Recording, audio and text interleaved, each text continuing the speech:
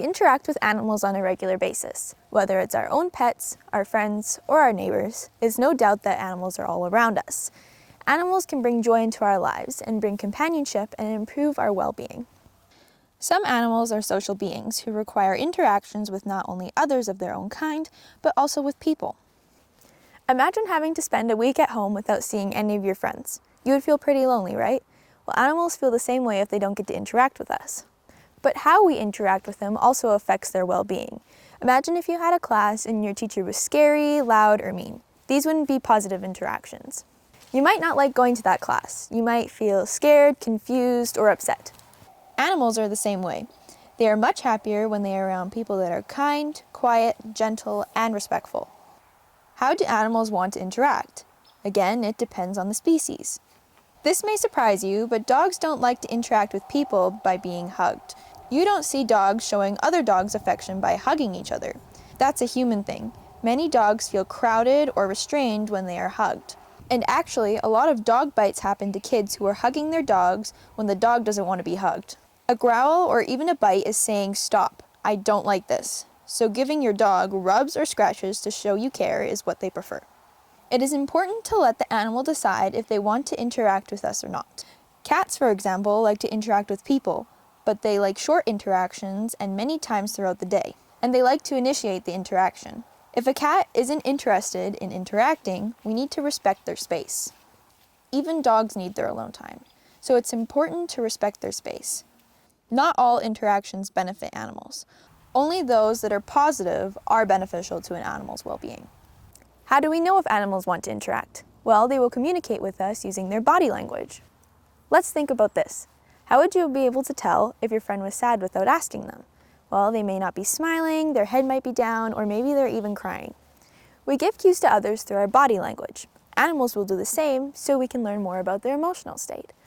Animals that want interactions might look like this. A cat might approach you with their tail up. A horse might approach you with their ears up and forward. On the other hand, a cat with their ears down or with an arched back is saying, "I'm scared and I may be aggressive. Please back off." A dog eating his food might growl. He's saying, "Leave me alone, I'm trying to eat." This dog may be more open to interacting once he's finished his meal.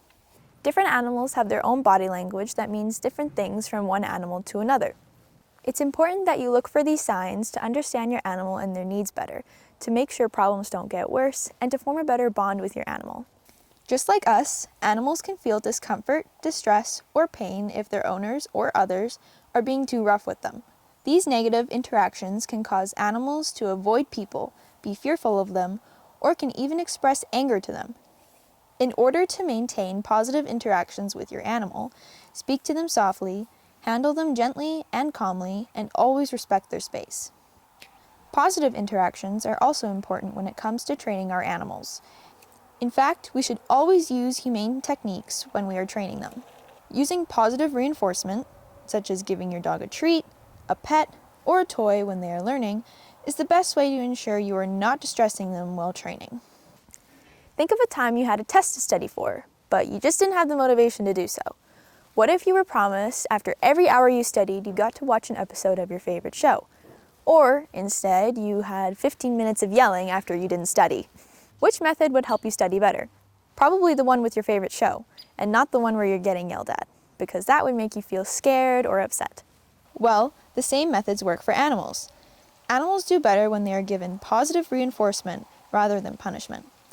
In fact, research shows that dogs that are trained using positive reinforcement perform new tasks better, are more playful, interact more positively with strangers, and have a better relationship with their handlers. To wrap it up, it's important that animals have positive interactions with people. Positive interactions involve reading your animal's body language, being kind, gentle, and respectful, and using positive training. Not only are positive interactions crucial to your animal's well-being, but they also help improve your relationship with your animal.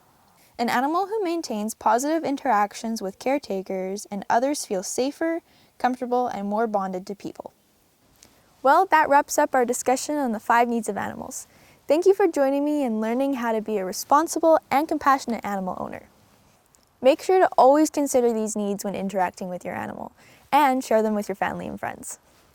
For discussion questions and activities, and to learn more about the needs of animals, visit everylivingthing.ca/5needs.